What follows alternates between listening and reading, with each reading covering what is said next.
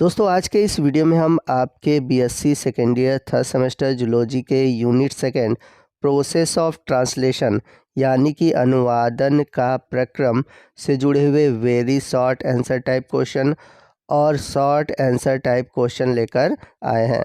और ये ऐसे क्वेश्चन है जो कि बहुत ही इम्पॉर्टेंट है और आपके प्रीवियस ईयर एग्ज़ाम में पूछे गए हैं और आपके आने वाले एग्ज़ाम के लिए इम्पॉर्टेंट है। तो वीडियो को आप ध्यान से देखिएगा और पूरा देखिएगा। तो आइए चलते हैं पहले क्वेश्चन की ओर। और हमारा आज का पहला क्वेश्चन है, name the RNA that carry the information about the sequence of amino acid in A polypeptide. यानी कि आपको आरएनए का नाम बताना है जो कि पॉलीपेप्टाइड में अमीनो अम्लों के अनुक्रम के बारे में सूचनाओं को ले जाता है। तो आप सभी ने ट्रांसक्रिप्शन और ट्रांसलेशन पढ़ा होगा और आपने देखा होगा कि ट्रांसक्रिप्शन के दौरान डीएनए से एमआरएनए बनता है।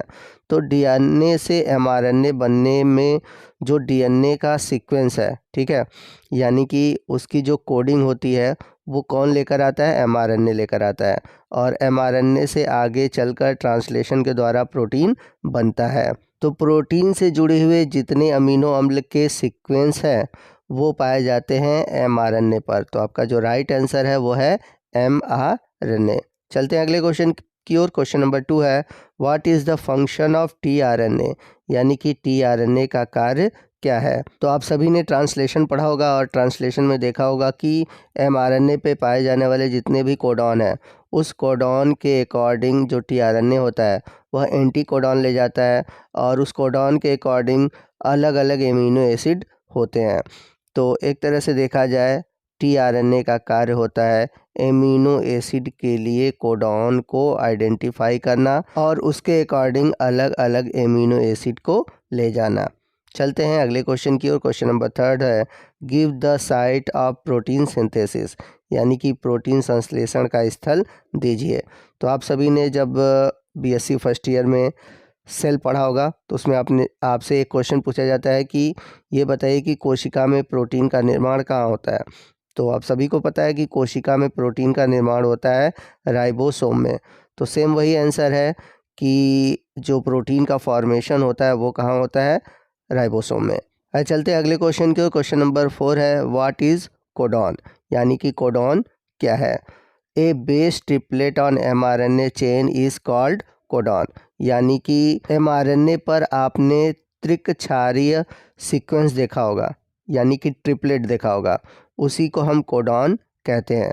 जैसे कि AUG, ये एक जो कोडॉन है जिसे हम स्टार्टर कोडॉन बोलते हैं और ये मेथियोनीन एमिनो एसिड के लिए रिस्पॉन्सिबल होता है। चलते हैं अगले क्वेश्चन की। क्वेश्चन नंबर 5 है, व्हाट इज़ एंटी कोडॉन, यानी कि एंटी कोडॉन क्या है?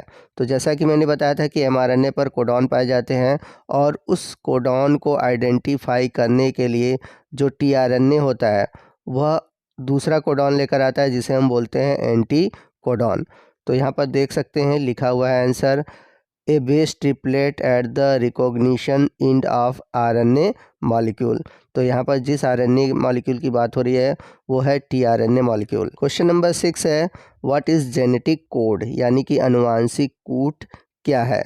तो आपसे अगर कोई भी जेनेटिक कोड की डिफिनीशन पूछे तो आप सिंपल वे में बताएंगे, the sequence of base triplet in DNA molecule is called genetic code, यानी कि डीएनए अणु में क्षार त्रिकों का जो अनुक्रम होता है उसी को हम अनुवांशिक कूट कहते हैं।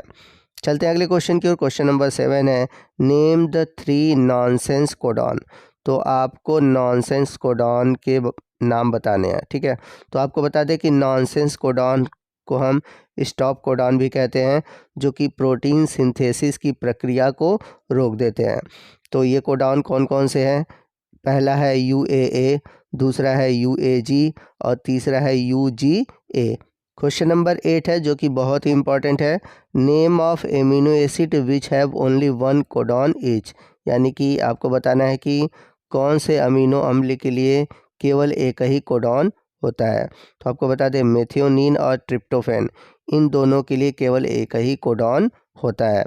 क्वेश्चन नंबर 9 है, one of the 64 possible codon triplet, how many codon for amino acid and how many for stop signals, यानी कि बताना है कि जो 64 कोडॉन होते हैं, आपको बता दें कि कुल 64 कोडॉन होते हैं, तो उन 64 कोडॉन में से कितने कोडॉन एमिनो अम्ल के निर्माण में जाते हैं और कितने उस प्रोटीन सिंथेसिस को स्टॉप करने में भाग लेते हैं। तो आपको बता दें 64 में से जो 61 है वो प्रोटीन सिंथेसिस में भाग लेते हैं, ठीक है, और जो 3 कोडॉन होते हैं वो स्टॉप कोडॉन होते हैं, उसके लिए कोई अमीनो अम्ल नहीं होता। यहाँ पर आंसर गलत लिखा हुआ है, यहाँ पर 64 लिखा हुआ है, तो आप 64 नहीं करोगे, 61 करोगे, ठीक है।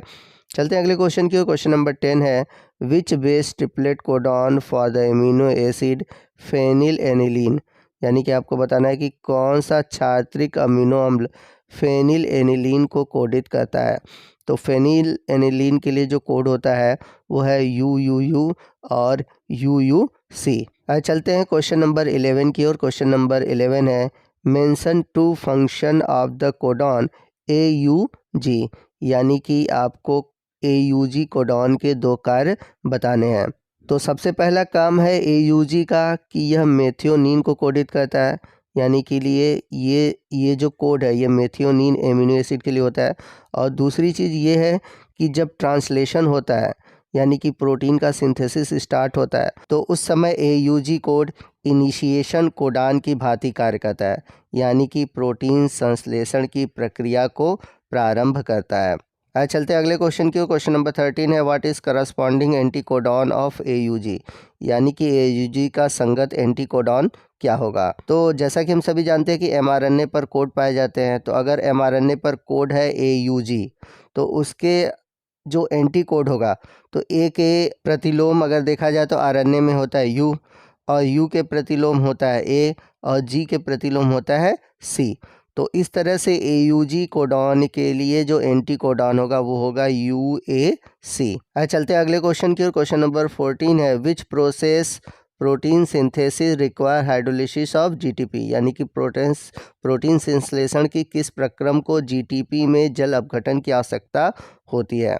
तो जब 70S संभारण संकुलन का निर्माण करना होता है ट्रांसलेशन में, तो उस समय GTP की आवश्यकता पड़ती है। तो आप अगर ट्रांसलेशन का वीडियो हमारा देखे होंगे तो ज़रूर आपको पता होगा कि GTP का उपयोग कहाँ होता है। आज चलते हैं अगले क्वेश्चन की ओर। अगला क्वेश्चन है, which enzyme is require for chain elongation in protein synthesis, यानी कि प्रोटीन संश्लेषण में जो दीर्घीकरण की प्रक्रिया है उसके लिए किस प्रकार के एंजाइम की आवश्यकता होती है। तो उसके लिए आवश्यकता होती है ट्रांसलोकेज एंजाइम की। तो यहाँ पर आपका आंसर होगा ट्रांसलोकेज। चलते हैं अगले क्वेश्चन की ओर। अगला क्वेश्चन है, list 2 roles of ribosome during translation, यानी कि अनुवादन के दौरान राइबोसोम की 2 भूमिका आपको बतानी है। तो अगर हम ट्रांसलेशन में राइबोसोम की अगर भूमिका को देखें कि उसका रोल क्या है, तो सबसे पहला है ribosome provide the site of protein synthesis, यानी कि राइबोसोम प्रोटीन संश्लेषण में एक स्थल प्रदान करता है। The mRNA come in contact with small subunit of ribosome and then protein synthesizing complex is formed. The large subunit provide site for amino acid binding, यानी कि जब mRNA राइबोसोम की लघु इकाई के संपर्क में आता है तब प्रोटीन संश्लेषित जो संकुल होते हैं, यानी कि प्रोटीन सिंथेसाइजिंग कॉम्प्लेक्स, वो बनते हैं। और जो राइबोसोम का जो सबसे बड़ा इकाई होता है, यानी कि जो लार्जर सब यूनिट होता है, वह अमीनो अम्ल के आबंधन के लिए स्थल उपलब्ध कराता है। वही हम बात करें ट्रांसलेशन के दौरान राइबोसोम के दूसरे रोल की। The ribosome also act as a catalyst for the formation of peptide bond, यानी कि राइबोसोम पेप्टाइड आबंधन के निर्माण के लिए उत्प्रेरक का भी कार्य करता है।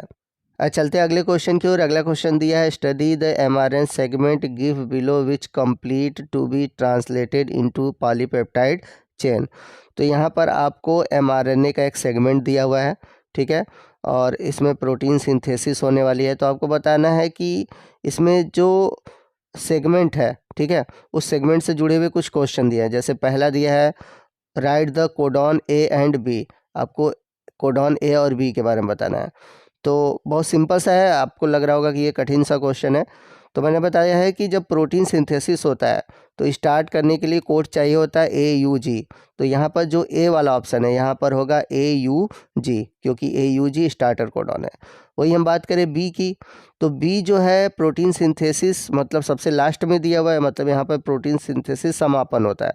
तो वहाँ पर समापन कोडॉन जो होता है वो होता है UAA या फिर UAG या फिर UGA। इन तीनों में से कोई भी कोडॉन यहाँ पर बी पर पाया जा सकता है। तो दोस्तों ये था हमारा आज का वीडियो जो कि प्रोसेस ऑफ ट्रांसलेशन पर आधारित था। और आप में से बहुत सारे व्यूवर्स ने बोला था कि सर आप लॉन्ग क्वेश्चन पर वीडियो बनाइए। तो जो हमारे पुराने व्यूवर्स हैं उनको पता होगा कि मैंने सिलेबस वाइज हर एक टॉपिक पर वीडियो बनाया हुआ है। तो लॉन्ग क्वेश्चन के लिए आप उन्हीं टॉपिक को मेंशन कर सकते हैं। और जो हमारे नए व्यूवर्स हैं जिनको नहीं पता कि मैंने लॉन्ग क्वेश्चन पर वीडियो बनाया है या फिर नहीं बनाया है, तो आपको बता दूं कि आप हमारे चैनल के प्लेलिस्ट में जाएं। उस प्लेलिस्ट में आपको जूलॉजी और बॉटनी के जितने भी यूनिट हैं, आपको यूनिट वाइज और हर एक यूनिट में जितने भी टॉपिक हैं वो सभी टॉपिक के वीडियो मिलेंगे। तो दोस्तों आज के इस वीडियो में बस इतना ही। आपको आज का ये वीडियो कैसा लगा कमेंट करके ज़रूर बताइएगा। वीडियो अच्छा लगा हो तो वीडियो को लाइक और शेयर करना मत भूलिएगा। कोई भी डाउट हो आप हमसे कमेंट करके पूछ सकते हैं। तो मिलते हैं अगले वीडियो में अगले टॉपिक के साथ। तब तक के लिए जय हिंद, जय भारत।